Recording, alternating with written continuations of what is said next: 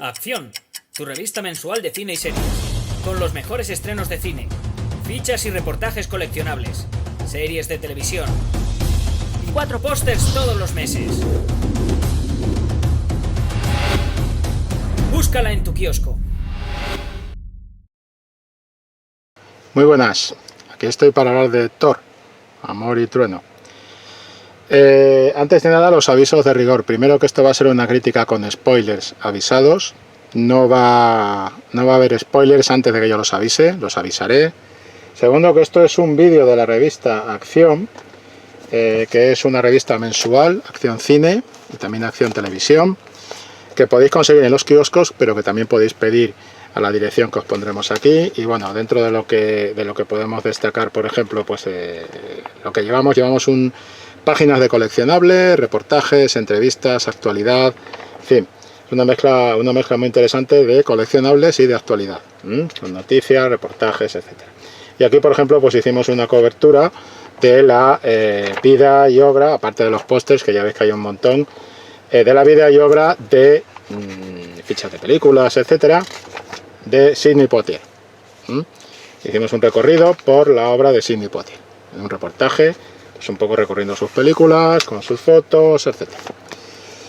Como digo, podéis conseguir la revista en el kiosco o pidiéndola a la redacción, que en el enlace que os pondremos aquí abajo. Que esto es un vídeo de la revista Acción, que podéis darle a like si os gusta, que podéis suscribiros al canal y que tenemos una sección premium, un apartado premium para la gente que quiera apoyar más la revista, con vídeos exclusivos, en el cual encontraréis vídeos exclusivos para esa sección premium. Y vamos ya con Thor, Amor y Trueno.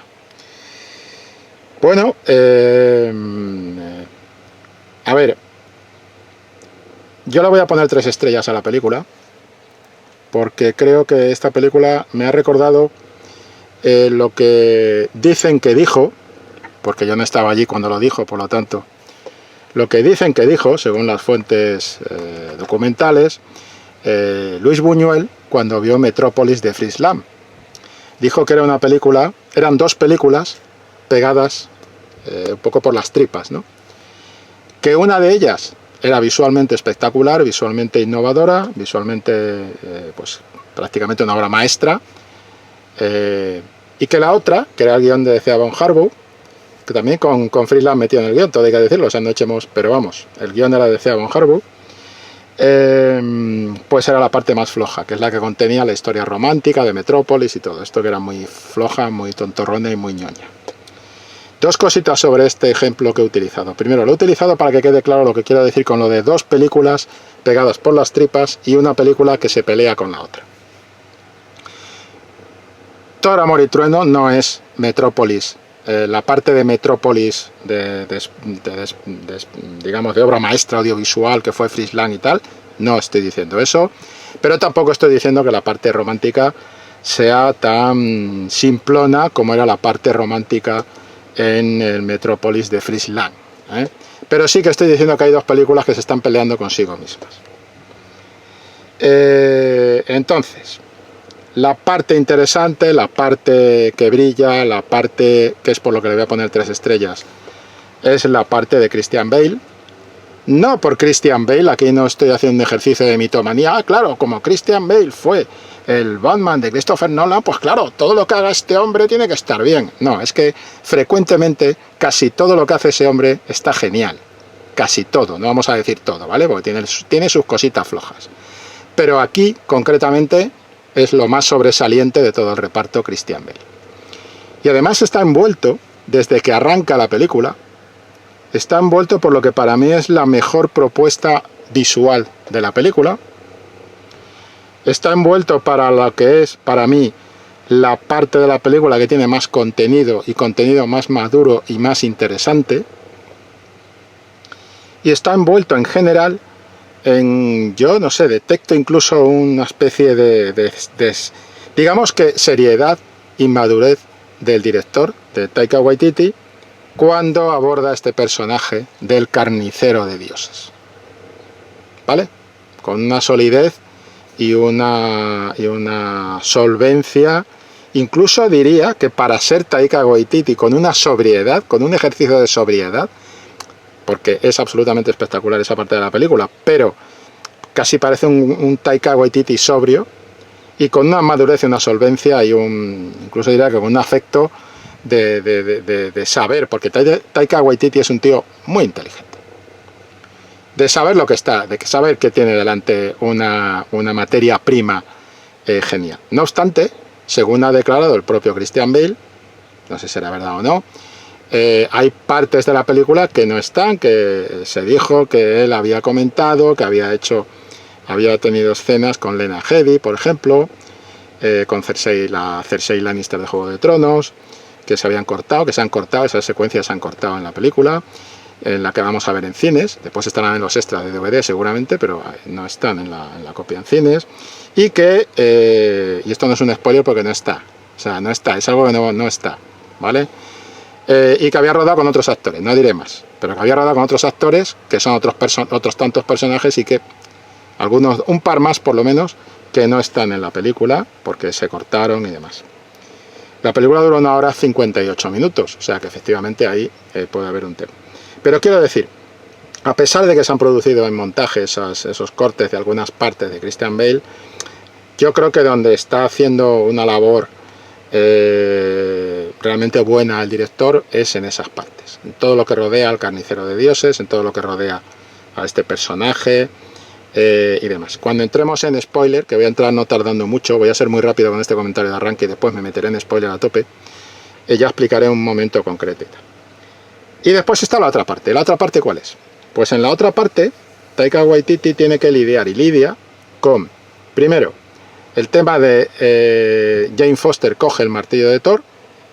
Segundo, ¿qué pasa con Thor después de Vengadores Endgame hasta esta película? Rellenar ese paréntesis de tiempo. Con los Guardianes de la Galaxia, eso lo sabe todo el mundo, que aparecen. Y tercero, ¿qué pasó con la relación de Jane Foster y de Thor después de la tercera película de Thor? Además de presentar a Asgard como es ahora Asgard. Y además él mismo creo que se fustiga dándose más trabajo, queriendo organizar una historia, una película que sea comedia, drama, épica y Marvel. Comedia, drama, épica y Marvel. Claro, son muchos frentes abiertos. Y yo creo que lo que le pasa a esta película es que tiene una parte de humor exagerada en cuanto a cantidad de metraje, de minutos de película, en cuanto a cantidad de diálogos, en cuanto a situaciones, y después realmente a mí me parece que es floja y que es la parte más vulnerable, el talón de Aquiles de la película, todo ese empeño en querer fabricar una historia de humor, incluso cuando tiene que ser una clave épica, en momentos que tienen que ser épicos. Y claro, da la sensación de que ahí lo que está, por ejemplo, en la relación entre Thor y Jane Foster, noto falta de una mano que pueda desarrollar algo tipo screwball comedy, tipo las comedias clásicas americanas, a través del diálogo. Y había humor en la primera de Thor. Y había humor en la segunda de Thor, de alguna manera, ¿no? Con Loki y demás. Aunque era después tragedia por lo que pasaba y tal. Pero había humor en la primera de Thor, en la de Kenneth Branagh, que para mí sigue siendo mejor de las películas la mejor de las películas de Thor. Como película, la más sólida, como película, como cine, como tal. Y aquí lo que pasa es que ese humor a veces es muy sencillito, muy simplón, incluso un puntito infantiloide, ¿no? En los chistes, en las bromas, etcétera. Y ya digo, voy a entrar rápido en spoiler para poder hablar más a gusto de todo esto.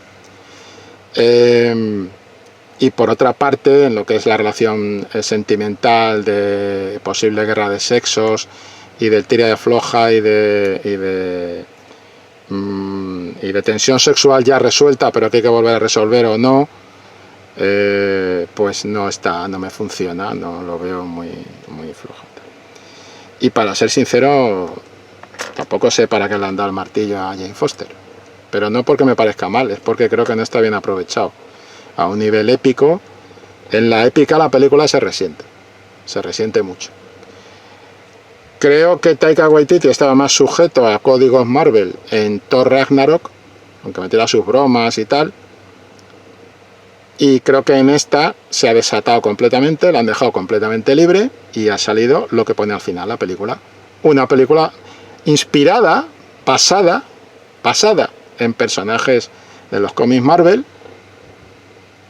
una película de Taika Waititi. Ha salido una película de Taika Waititi. Entonces, claro, hay un humor loco durante toda la película, aunque tiene momentos muy dramáticos, pocos, que son los más sólidos generalmente, son los más sólidos siempre, pero el resto él ha querido crear un cuento. Es curioso, ¿no? Porque, por otra parte, desde un punto de vista de análisis de película, daría mucho debate esta película. En cuanto al ejercicio que ha hecho Taika Waititi de meter el humor en la épica forzada, dejar en un segundo término la épica, hacer personajes muy caricaturescos constantemente. Thor está caricaturesco en toda la película, en prácticamente toda la película. Está tan caricaturesco que cuando se pone serio te cuesta entrar en esa dinámica de seriedad. Una clave que hay es, un poco parece como si Taika Waititi hubiera dicho, bueno, vamos a ver, las historias de superhéroes en realidad son como cuentos para adultos, y ha retomado esa idea del cuento, metiendo una clave de cuento para niños, oscuro, siniestro, gótico, grotesco, que funciona visualmente en la película. Ya digo, es la parte del carnicero de dioses, es lo que mejor funciona, y el tema de la infancia está muy presente, pero donde esto debería haber sido pues más, creo que es una película más Waititi que Marvel. Y esto es curioso porque, claro, ahora tiene ahí entre los proyectos hacer una de Star Wars, y lo que está declarando es que va a hacer un poco lo mismo, ¿no? O sea, hay una cosa que hay que aplaudirle a Waititi: él hace su película, por encima de todo. Hacer tu película en el seno de las producciones Marvel, pues hay que echarle, ¿no?, narices. Pero es una película que, en mi opinión, no responde a lo que es el personaje de Thor, forjado por la propia Marvel Studios. O sea, aquí no estamos hablando de, es que no es el Thor de los cómics y tal. No, yo estoy hablando de que esta película, en mi opinión, se queda lejos de lo que es el Thor de Marvel Studios. Exagera mucho algunos de los elementos de ese Thor hasta llevarlo a la parte de caricatura, y ahí creo que se pierde bastante, ¿no? Y en ritmo, pues hombre, en ritmo tiene también esa especie de falta, en mi opinión. Es entretenida, es una película entretenida, lógicamente. Dura 2 horas, algo menos de 2 horas, un par de minutos menos de 2 horas. Y es entretenida, claro, están pasando cosas continuamente, pero que pasen muchas cosas no significa que tenga necesariamente un buen ritmo. Que no te aburras no significa necesariamente que tenga un buen ritmo narrativo, ¿no? Y yo creo que ahí está jugando un poco. El humor se ha comido todo lo demás, ¿vale? El intento de hacer una parodia de Thor y del universo de Thor se ha comido todo lo demás. Y por eso digo que darle el martillo a Jane Foster sí, pero creo que no está muy aprovechado en la parte épica que podía haber desarrollado eso. Y le ha salido una película muy loca, en algún momento muy ochentera, pero ochentera modo Flash, con la música de Queen, quiero decir. Mucha música de Guns N' Roses. Le ha salido, a ver, mi opinión, por definirlo de alguna manera, le ha salido una película disparatada de Waititi, con guiños a Guns N' Roses, cuando en realidad tendrían que estar haciendo guiños a Death Metal, porque todo el personaje del carnicero de dioses es Death Metal clarísimamente, ¿no? Y después, en mi opinión, esto no es un spoiler, pero este señor mata pocos dioses. O sea, es el carnicero de dioses. En los cómics, pues esto se basa en los cómics. Este señor mata pocos dioses. O sea, es en un intento por llevarlo quizá a una calificación, pero tampoco es así, porque hay una calificación para todos públicos pues hay poca carnicería de dioses en la película, no sé si me explico. Y se le ha quedado todo muy Waititi, porque claro, uno no se imagina a Waititi haciendo una película de un asesino en serie de dioses, pero es que eso es el personaje de Christian Bale. Claro, lo ha abordado, pero sin mostrar sus hazañas, entre comillas, por decirlo así, ¿no? Prácticamente. Entonces mata pocos dioses, ¿no? Se queda todo como al final, ¿qué ha pasado aquí? Pues al final del final, pues como si tal. Vamos a entrar en territorio spoiler para que yo pueda dejar de decir cosas así en nebulosas. Spoiler, spoiler, spoiler, spoiler. Sí, soy el loco de los spoilers, ¿vale? Vamos con los spoilers. Primer tema. Sí, spoiler, no me lloréis después. No veáis esto si no habéis visto la peli. Spoiler, sí, está el tema del cáncer de Jane Foster. Está. Y no está maltratado, cuidado, no está maltratado. El problema es que ese tema está conviviendo con fiesta. Todo fiesta, venga, serpentina por aquí, serpentina por allá, muy Waititi todo. Los diálogos de Jane Foster, en general, cuando es Thor, cuando es el poderoso Thor, pues a mí me parecen flojos. En general los diálogos me han parecido flojos. La ridiculización más allá de la parodia del personaje de Thor, creo que desarticula al propio personaje de Thor cuando tiene que coger el timón épico del asunto. Es decir, creo que se le ha ido la mano. Creo que esta película es inferior a Thor Ragnarok, y a mí Thor Ragnarok no me convenció, pero esta creo que está por debajo de Thor Ragnarok. Y es una película de Marvel floja por una serie de circunstancias. Otro spoiler. Al final del final, la primera secuencia post-crédito, por decirlo así, el primer desenlace, después de la acción central, a mí el Hércules que me ha buscado este hombre se me queda escaso. Y en la segunda secuencia, Jane Foster en el Valhalla, pues en la secuencia de Jane Foster en el Valhalla, con Idris Elba y tal, pues me parece un recular, porque lo habías dejado muy bien, lo habías dejado muy en alto. Es decir, la muerte física de Jane, como después erigen esa estatua, ya está, déjalo ahí, ¿no? Pero no, porque quiere una película familiar, quiere una película feliz, quiere una película de festejo, de celebración, y me parece muy bien eso, pero el problema es que todo eso lo hace en clave de comedia, y lo que está pidiendo Thor es otra cosa. Entonces después te viene, es que en la propia banda sonora se nota, en los títulos de créditos finales, cuando aparece Ronnie James Dio cantando la canción esta del arco iris, dices, es que Rainbow in the Dark, es que será el tono de la película, el de Rainbow in the Dark, no el de Axl Rose y Guns N' Roses, ¿vale? Y toda la parte, como hubiera sido una película con el tono y no lo digo por la banda sonora, no lo digo por las canciones, lo digo en general, el tono visual, ¿no? Entonces, al final sí, Jane coge el martillo, pero uno se queda como pensando, ¿y para qué? Después estos chistes tontitos de Jane con la Valquiria, hablando de las armas en la puerta y tal, y la otra diciendo, necesito una hermana y tal. Bueno, y después es que hay un tema.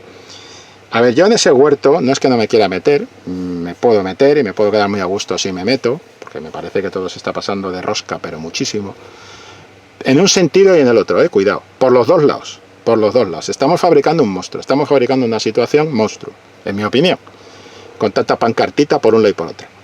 Pero yo tengo que decir aquí que me parece que esta película está excesivamente sobrecargada, trufada, de un intento de mensaje. No es nada subliminal, bastante obvio, y muy como de estar cogiendo tarjetas, ¿no? De decir, venga, la tarjeta, ahora hay que hacer una alusión a las mujeres de lobos, las mujeres lobos, pues eso, ligando con una mujer lobo encima del lomo de una gran loba.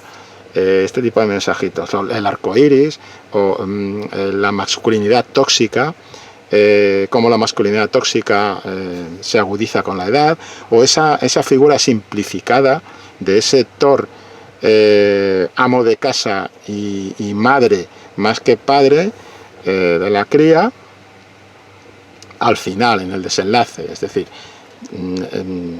Sí, pero es que después hacemos otras cosas. Por ejemplo, cuando a Thor le dejan desnudo en el Olimpo, hacemos un chiste con todas las mujeres que están allí cayendo, desmayadas porque han visto a Thor desnudo. De repente hay contradicciones. Creo que la película vive en su propia contradicción de ser dos películas en una. Creo que al Waititi más sólido, más maduro, más interesante como director, le venía mucho mejor haber desarrollado la película con El carnicero de dioses y con el poderoso Thor, Jane Foster. Esa era la historia, porque esas partes son las más potentes. La historia de Jane Foster y la parte del carnicero de dioses. Y es la parte que habla de la muerte y de una manera de celebrar lo que te queda de vida y de luchar por la vida hasta las últimas consecuencias, en un sentido negativo, que es el del carnicero de dioses, o en un sentido positivo, que es el del poderoso Thor, que es Jane Foster. Y toda esa parte, por eso tiene sus 3 estrellas, yo le voy a poner estas 3 estrellas. Pero toda la parte de ridiculizar a Thor, no hace falta insistir tanto, es que está muy subrayado, es que cada vez que aparece Thor es como para demostrar su vulnerabilidad y tal, no, si la vulnerabilidad ya está explicada al principio con los Guardianes de la Galaxia, está explicada al principio con, digamos, su vulnerabilidad emocional, está explicada, además hay frases que dicen, has vivido miles de años y no te conoces a ti mismo. A ver, eso es difícil, eso es difícil.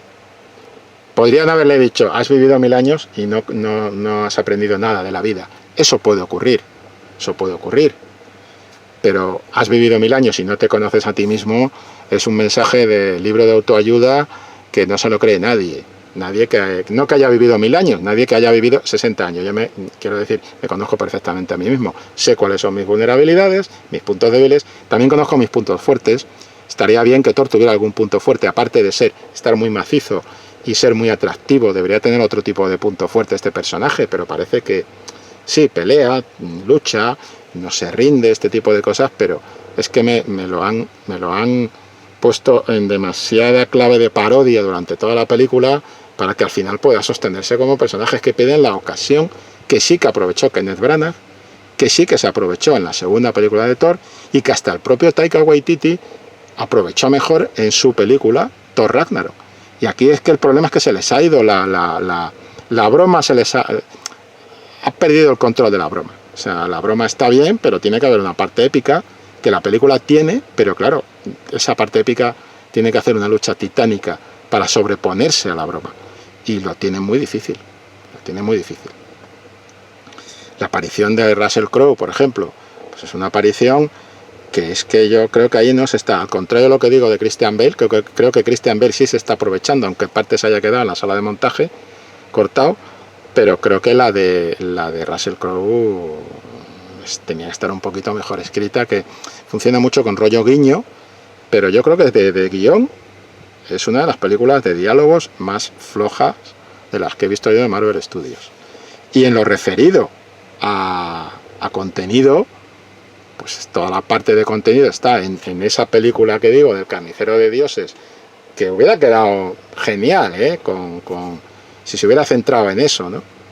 Y hubiera hecho un contra Taika Waititi, es decir, haber explorado otra cosa, pero creo que ha sido un poco cómodo, o sea, cómodo y arriesgado al mismo tiempo, es decir, porque él arriesga al ir contra la fórmula, lo cual siempre es interesante porque propone alternativas, con la fórmula Marvel, pero claro, el problema es que al final acaba totalmente volcado con la parte del chistecito. Chistes que, discúlpenme, a mí no me hacen gracia la mayoría, pero no por nada, no por una cuestión de que yo creo que Thor tiene que ser un personaje más vikingo, más forjado, no, simplemente porque he visto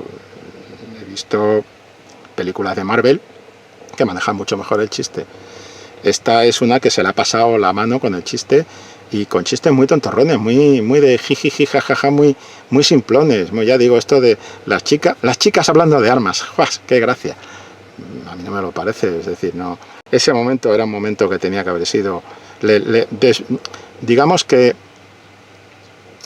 le quita peso a todo lo que pueda tener un mínimo atisbo épico, incluida la propia Jane Foster con el martillo. Cuando nos dijeron, Jane Foster va a coger el martillo, pues la gente decía, va. Y el caso es que aquí se ha atrevido a meter la parte más difícil, que era la del cáncer, y la trata muy bien.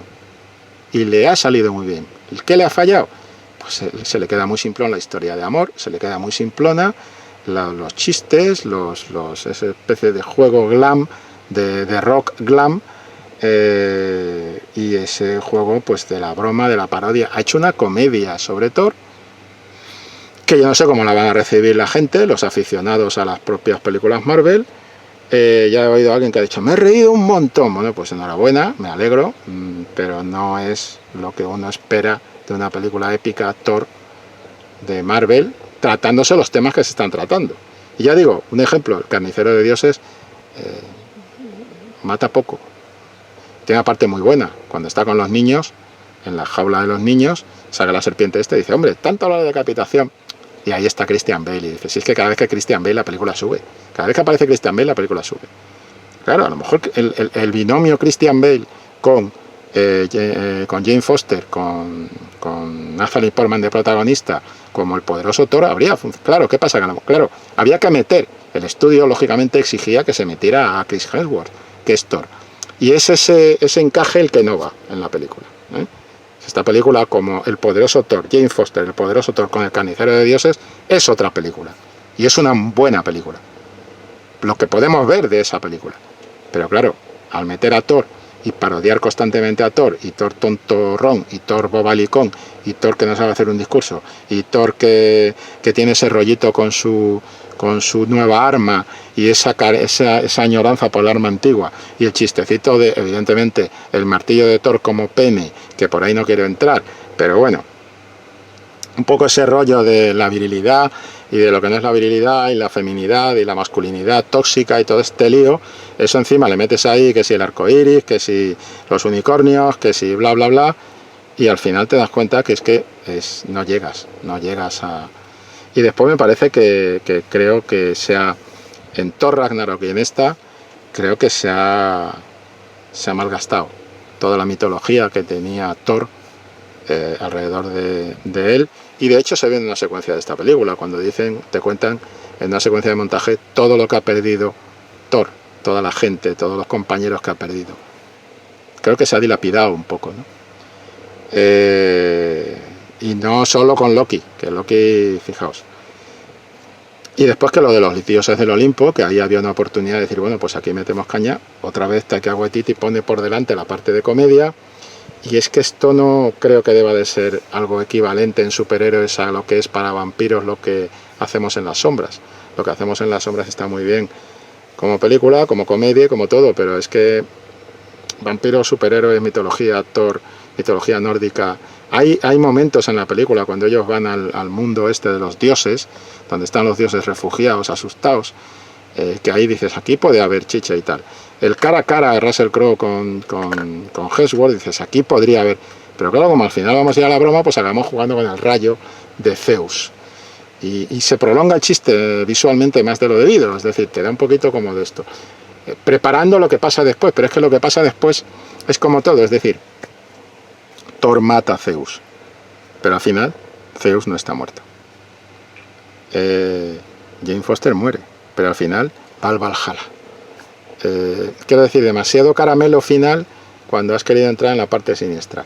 El malo que de repente se vuelve, que ojo, si a Christian Bale le dejan un poquito, creo que es uno de los mejores villanos como interpretación, es uno de los mejores villanos de las películas Marvel. Ahí también están mis tres estrellas. Pero no lo han dejado su película, no lo han dejado moverse, no lo han dejado tan suelto como debería, ¿no? Pero con todo y con eso, al final hay una transformación. Eso solo te lo puede hacer Christian Bale. La transformación que te hace Christian Bale de ser el bicho que es a ser quien es. Claro, ¿qué pasa? También han tenido, para que pueda hacer esa transformación, la han tenido que desvirtuar en cuanto a masacre, en cuanto a carnicero de dioses, para poder hacer ese viaje con el final, cuando llega a la eternidad y todo esto, ¿no? En fin, en conjunto, a mí me parece una película un poco fallida en su parte de Thor, y una película interesante pero no del todo desarrollada en su parte de Jane Foster, poderoso Thor, y de El carnicero de dioses. esa película que no hemos visto, que espero que con los prolongados, con las secuencias y tal, pues gane más tiempo en el metraje de la especial, pero que en cine pues no la vamos a ver.